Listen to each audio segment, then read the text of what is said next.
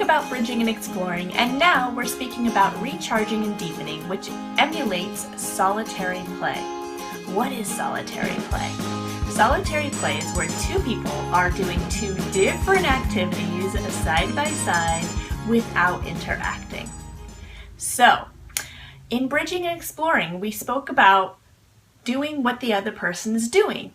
Now we know you are human. It is no surprise to us. And so you, as a parent or a caregiver who's with a child long term, may not always have the energy or enthusiasm to talk about Taylor Swift 24/7 or to do the same movement over and over and over that your child loves to do.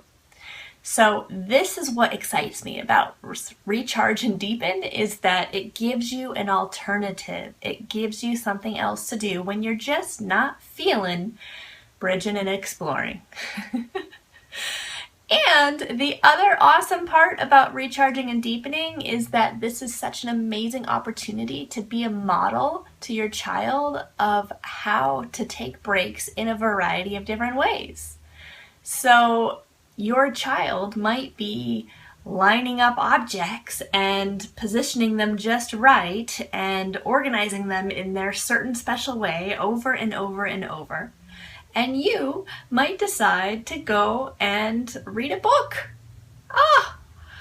This is something I did with one of the kids I worked with. I was with him long term, and so every now and then I would just take a break and go and read my book.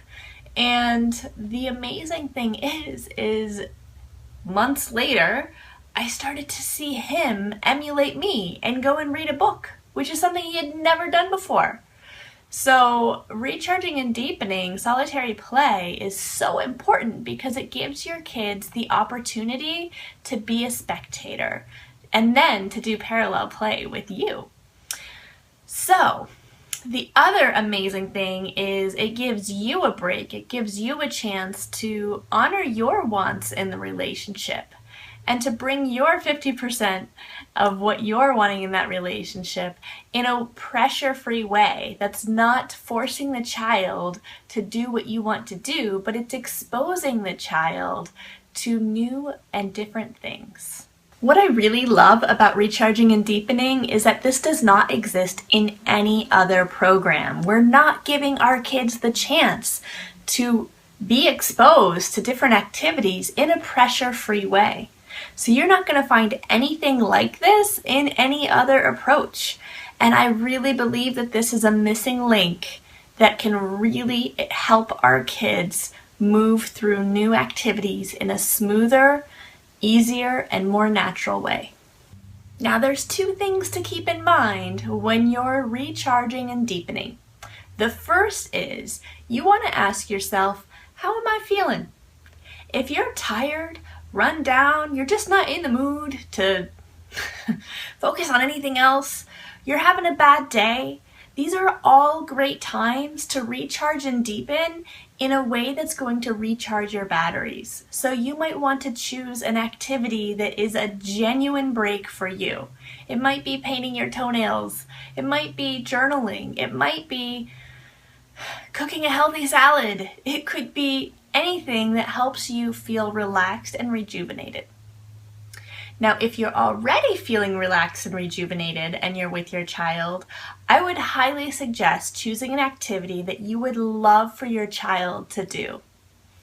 And to model this, not in a way where you're performing and you're putting on a show and you're positioning so that they'll watch you, but you're actually relaxing and doing this in a way that feels really good to you.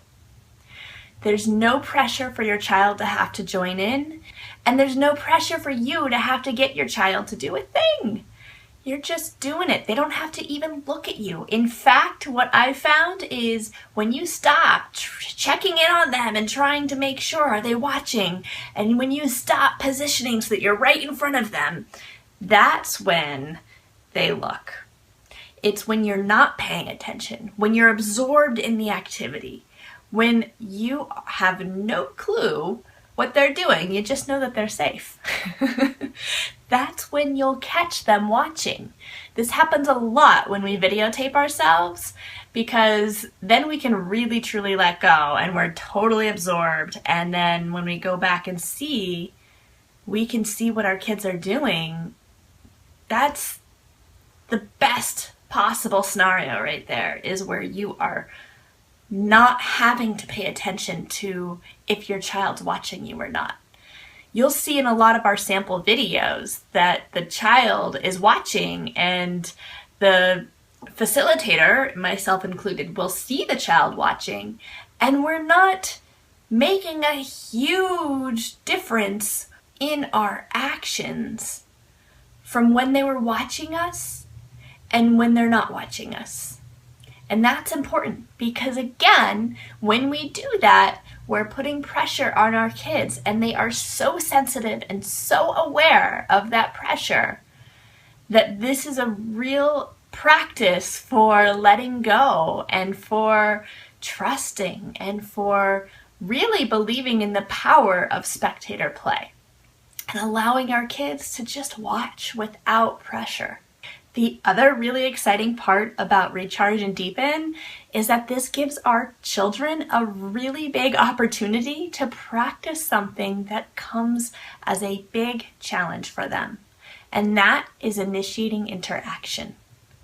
In a lot of these other approaches, we are right there making everything happen, and they don't get that opportunity to flex that part of their brain that is weaker, which is them saying, I want to play with you.